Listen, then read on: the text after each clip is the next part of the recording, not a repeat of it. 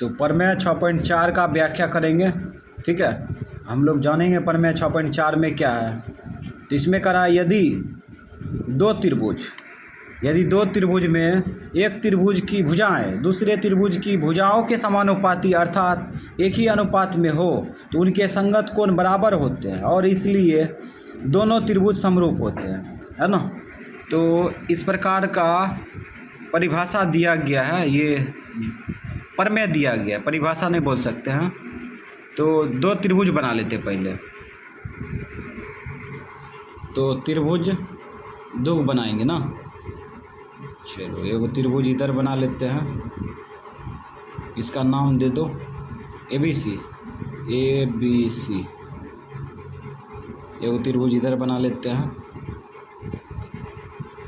PQR।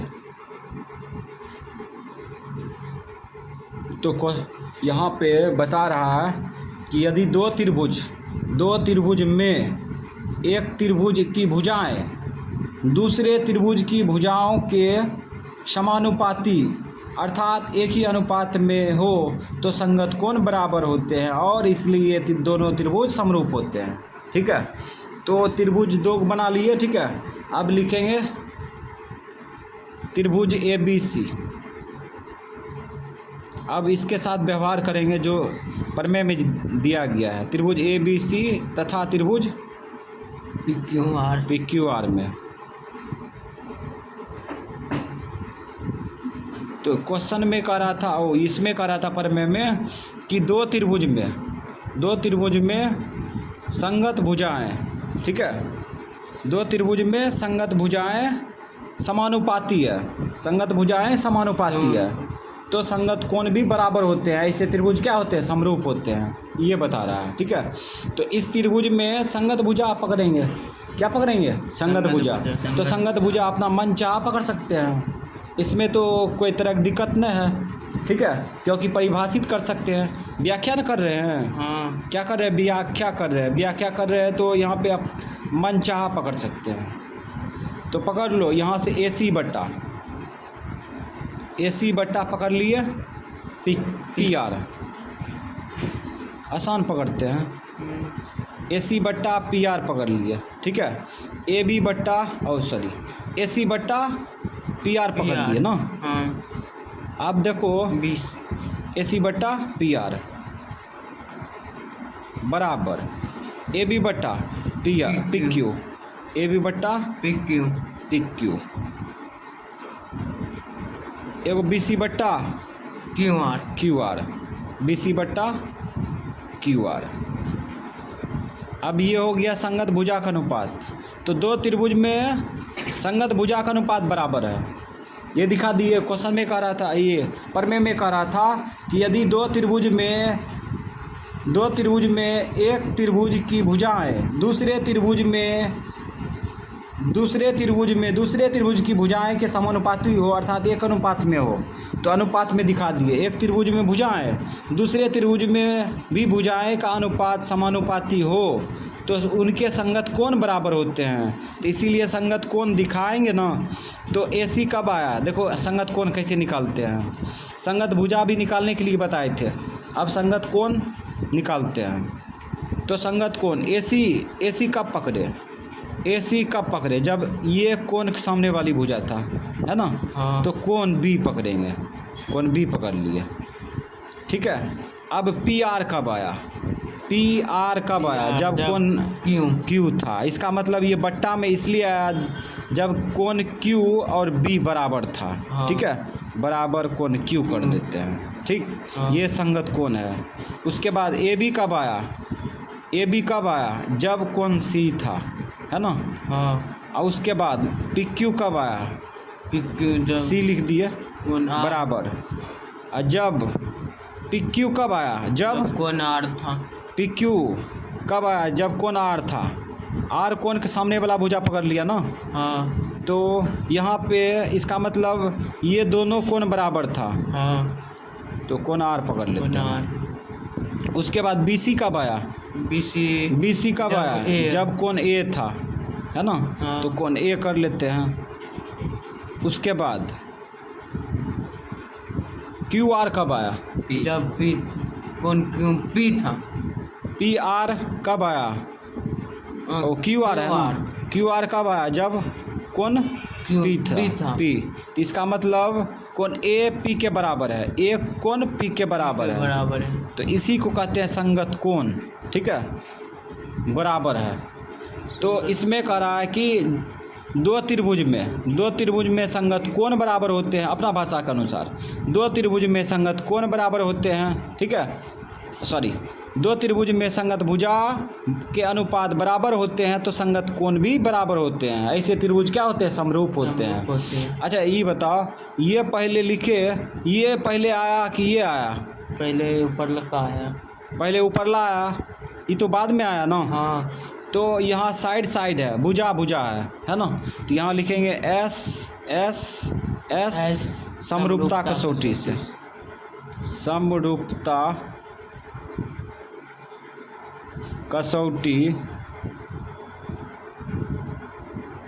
से त्रिभुज A B C समरूप त्रिभुज।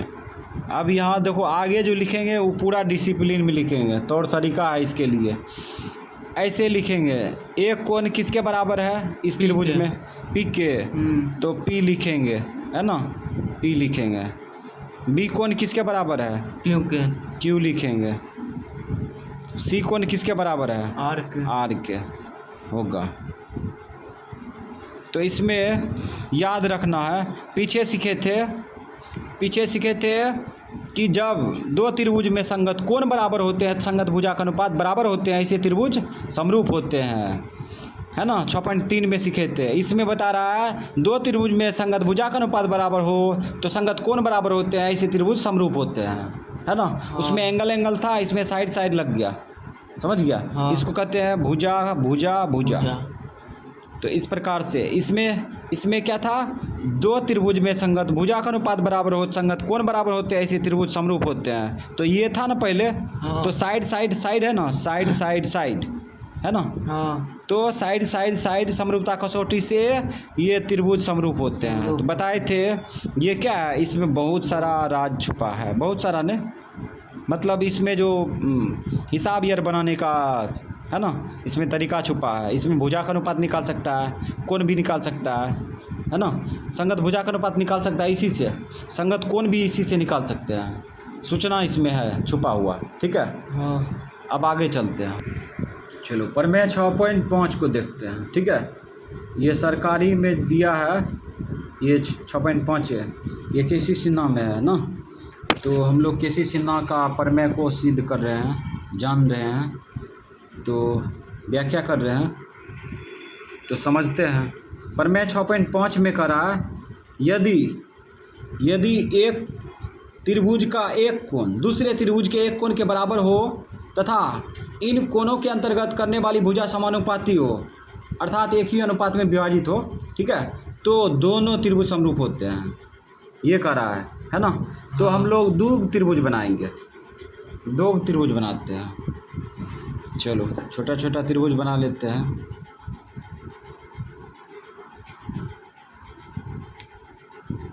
मान लो ये त्रिभुज ए बी सी है और ये पी क्यू आर है ना, ये बना लिए। अब इस त्रिभुज में एक कोण ले लेते हैं 45 डिग्री और ये भी कोण 45 डिग्री, अपना मन चाह ले सकता है कुछ भी, ठीक है, उदाहरण है। तो क्वेश्चन में ये प्रमेय में कह रहा था कि यदि एक त्रिभुज में एक कोण दूसरे त्रिभुज में एक कोण के बराबर हो, ठीक है। हाँ। इसमें कह रहा है यदि एक त्रिभुज में एक कोण दूसरे त्रिभुज में एक कोण के बराबर हो तथा इन कोणों के अंतर्गत करने वाली भुजा समानुपाती हो तो दोनों त्रिभुज समरूप होते हैं, ठीक, ये बात कह रहा है। तो गौर करो, इसमें एक त्रिभुज में एक कोण दूसरे त्रिभुज में एक कोण के बराबर दिख रहा है ना। हाँ। तो कोण के अंतर्गत करने वाली भुजा समानुपाती होते हैं, ठीक। तो अब व्याख्या करते हैं, व्यवहार करेंगे ये प्रमेय के अनुसार जैसे भाषा बोल रहा है। तो लिखेंगे त्रिभुज ए बी सी तथा त्रिभुज पी क्यू आर में लिख दिए। अब यहाँ पे जो सूचना दिया है उसको लिखते हैं। क्या सूचना दिया है? कोण ए, कौन इस त्रिभुज में कोण ए, इस त्रिभुज में कोण कौन पी पी कितना डिग्री है? 45 डिग्री। 45 डिग्री है। चुकी करके मारेंगे ना। हाँ अब ये हो गया, ये बता रहा है एक त्रिभुज में एक कोण दूसरे त्रिभुज में एक कोण के बराबर हो।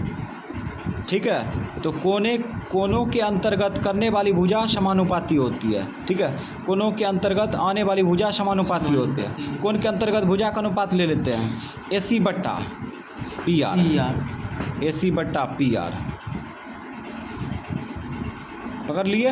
हाँ अब इधर हो जाएगा AB बट्टा PQ। PQ, AB बट्टा PQ। फालतू भुजा नहीं लेंगे, नहीं तो गलत हो जाएगा। कोण के अंतर्गत ये भुजा आएगा, ये आएगा नहीं आएगा, ये आएगा। ठीक है, तो कोण के अंतर्गत भुजा का अनुपात क्या होते हैं? समानुपाती होते हैं। ये हो गया। अब यहाँ पे देखो, गौर करो। अच्छा, ये था पहले ये आया कि ये आया? पहले ये आया। ठीक है, अब बाद में ये आया, है ना। तो इसका मतलब साइड एंगल साइड। ठीक है, साइड यहाँ समझो, साइड एंगल साइड मतलब भुजा कोण भुजा, भुजा कोण भुजा। ठीक है, तो भुजा कोण भुजा को SAS बोलते हैं। ठीक है, हाँ तो लिखेंगे SAS समरूपता कसौटी से, समरूपता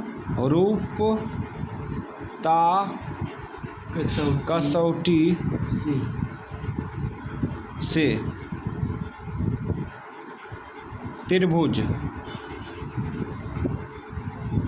ABC। अभी और इसमें दिक्कतों का सामना करना पड़ेगा। समरूप त्रिभुज। अब एक कोण, अब देखो शीर्ष कोण मतलब इसके बराबर जो आएगा इसमें वही लिखते हैं। तो यहाँ पे तो P दिख रहा है। एक कोण किसके बराबर है? P के बराबर है, तो P लिख सकते हैं। लेकिन B किसके बराबर है? पते न है, पता है। अब यहाँ दिमाग लगाएंगे तब ना आएगा, तो दिमाग लगाते हैं। अच्छा, AC कब आया? AC कब आया? AC जब B था। AC गौर करना, AC ये हाँ जब B था ना। हाँ तो इसका मतलब B कोण, इधर रफ कर रहे हैं। ठीक, कोण B था। ठीक, उसके बाद PR कब आया? PR जब PR कब? Q था। इसका मतलब B कोण Q के बराबर है। बराबर है। क्लियर? हाँ अब तो अब तीसरा निकालना जरूरी है नहीं, दो निकल गया, तीसरा अपने निकल जाएगा। अब यहाँ पे देखो, B कोण किसके बराबर है? Q के बराबर है। Q के बराबर है, तो इस त्रिभुज में एगो शीर्ष बचा क्या? R है ना बचा, R लिख दो, होगा, हो गया। ठीक, व्याख्या हो चुका है। तो इसको याद रखेगा, एक त्रिभुज में एक कोण दूसरे त्रिभुज में एक कोण के बराबर हो तो उसके कोण के अंतर्गत भुजा समानुपाती हो, तो ऐसे त्रिभुज समरूप होते हैं। ठीक, ये हो गया। तो प्रमेय 6.6 को जानेंगे। ठीक है, और ये प्रमेय जो है हम लोग पढ़ रहे हैं अभी केसी सिन्हा से। ठीक है, और इसका लोकेशन दिया है सरकारी में। ठीक है, 6.7 में मिलेगा। तो इसमें कह रहा है, यदि किसी समकोण त्रिभुज के समकोण वाले शीर्ष से कर्ण पर लंब डाला जाए तो इस लंब के दोनों ओर बने त्रिभुज संपूर्ण त्रिभुज के समरूप होते हैं तथा परस्पर भी समरूप होते हैं। ठीक है, तो इस टाइप से मतलब कि जो शब्द दिया गया है, ठीक है, जो प्रमेय बोल रहा है, इसका व्यवहार करने के लिए, है ना, तो हम लोग सबसे पहले समकोण त्रिभुज बनाएंगे। तो बना लेते हैं समकोण त्रिभुज। तो समकोण त्रिभुज दो प्रकार से बना सकते हैं, लेकिन एक ही प्रकार से बनाते हैं। ये समकोण त्रिभुज है ना। हाँ छोटा सा बन गया। ठीक है, और ये समकोण होगा 90 डिग्री। मान लो ABC मान लिए। हाँ अब यहाँ से इसमें कह रहा है, ठीक है, अगर इसमें ये जो हम पढ़े हैं ये लिखा हुआ अगर सटीक नहीं मिल रहा है तो मैच करना, सटीक पक्का मिलेगा। तो बार बार ये छोटा अक्षर को हमेशा पढ़ना अच्छा नहीं लगता है, तो हमको याद है इसलिए बोल रहे हैं। इसमें करा था यदि समकोण त्रिभुज में समकोण वाला शीर्ष से कर्ण पर लंब डाला जाए, तो लंब डालेंगे ना। हाँ। चलो डालते हैं। लंब डाल दिए, तो लंब डालेंगे तो 90 डिग्री इधर भी होगा और 90 डिग्री इधर भी होगा, होगा ना। हाँ। और इसको मान लो क्या, डी मान लेते हैं। समकोण वाले, यदि समकोण त्रिभुज में समकोण वाले शीर्ष से कर्ण पर लंब डाला जाए, ठीक है, तो दोनों ओर लंब के दोनों ओर बने त्रिभुज संपूर्ण त्रिभुज के समरूप होते हैं। यानी कि ये त्रिभुज संपूर्ण त्रिभुज मतलब बड़का त्रिभुज के समरूप होते हैं, ये त्रिभुज बड़का त्रिभुज के समरूप होते हैं और परस्पर भी समरूप होते हैं, ये कह रहा है। ठीक है, इस टाइप से। तो हम लोग पहले क्या करेंगे, ये छोटका छोटका त्रिभुज को बड़का त्रिभुज के समरूप करेंगे और तब जाके परस्पर समरूप कर देंगे। ये थोड़ा व्याख्या करना थोड़ा सा जटिल लगेगा, लेकिन समय लगेगा। ठीक है, तो सबसे पहले हम लोग छोटका त्रिभुज एगो बड़का त्रिभुज पकड़ते हैं, है ना। एगो छोटका त्रिभुज एगो बड़का त्रिभुज, तो पकड़ लेते हैं ये छोटका त्रिभुज। हाँ। तो ए बी डी त्रिभुज ए बी डी तथा त्रिभुज A B C A B C में। ये ऐसा इसलिए कर रहे हैं क्योंकि हमें लंब के दोनों ओर बने त्रिभुज को संपूर्ण त्रिभुज के समरूप करना है। ठीक है, तो अभी जो है हम इस छोटका त्रिभुज को संपूर्ण मतलब बड़ा सा त्रिभुज का समरूप करना चाहते हैं, तो इसलिए कोशिश कर रहे हैं। ठीक है। हाँ। अब यहाँ पे गौर करो, इस त्रिभुज में ये कोण, ठीक। हाँ। अब बड़का त्रिभुज में गौर करो, ये कोण उभयनिष्ठ है ना। हाँ। तो छोटका त्रिभुज में देखो, त्रिभुज ए बी डी में ये कोण आ रहा है ना। हाँ। एक कोण, उसके बाद बराबर। अब बड़का त्रिभुज में भी ये कोण आ रहा है। हाँ। दोनों बराबर है। तो अब यहाँ पे शर्त लिखेंगे ना, शर्त क्या, उभयनिष्ठ है। उभयनिष्ठ मतलब दोनों में है। उभयनिष्ठ मतलब क्या होता है, कॉमन। ठीक। हाँ। उसके बाद फिर आगे चलते हैं। गौर करना, छोटका त्रिभुज में, कौन छोटका त्रिभुज, ए बी डी में ये 90 डिग्री दिख रहा है। हाँ। 90 डिग्री दिख रहा है। अब बड़का त्रिभुज में 90 डिग्री ये दिख रहा है। हाँ। तो ये दोनों बराबर है, तो यहाँ लिखेंगे ना। हाँ। कोण डी बराबर लिखेंगे, कोण बी लिख दिए। इसका शर्त लिखेंगे ना, क्या, समकोण लिखेंगे। समकोण मतलब 90 डिग्री हो गया। एंगल दो त्रिभुज में दो कोण बराबर होते हैं, तो तीसरा कोण ऑटोमेटिक बराबर होते हैं। तीसरा लिखने क्या जरूरी है, हो गया यहीं से। तो यहाँ पे दो कोण आया है, तो एंगल लिखेंगे। एंगल समरूपता कसौटी से, समरूपता कसौटी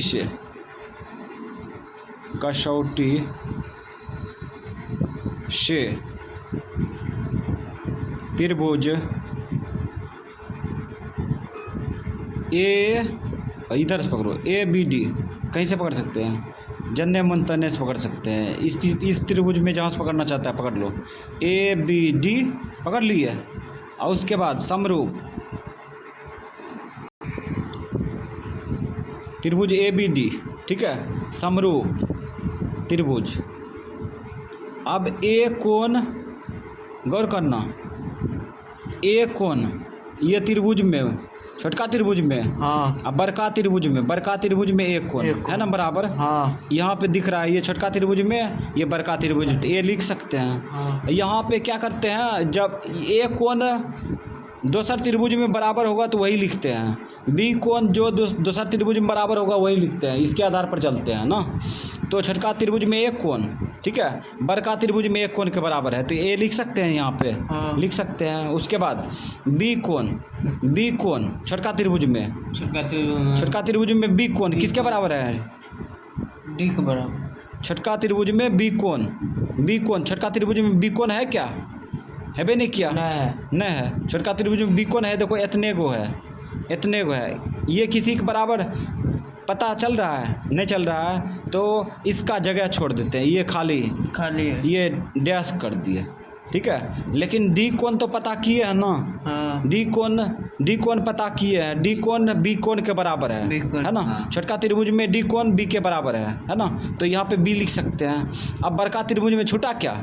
सी छूटा, ये नहीं छूटा? हाँ। बड़का त्रिभुज में सी छूटा, तो सी रख दो, निकल गया होगा, ठीक। तो इस प्रकार से हम लोग आगे बढ़ते हैं। अब जो है इस त्रिभुज को संपूर्ण त्रिभुज के समरूप करेंगे, इस त्रिभुज को। तो यहाँ पे छोटका त्रिभुज को क्या बोलेंगे? बी डी सी त्रिभुज, बी डी सी तथा त्रिभुज, बड़का त्रिभुज लो, तथा त्रिभुज ए बी सी में, समझ गया? तो इस प्रकार से पकड़ लिए।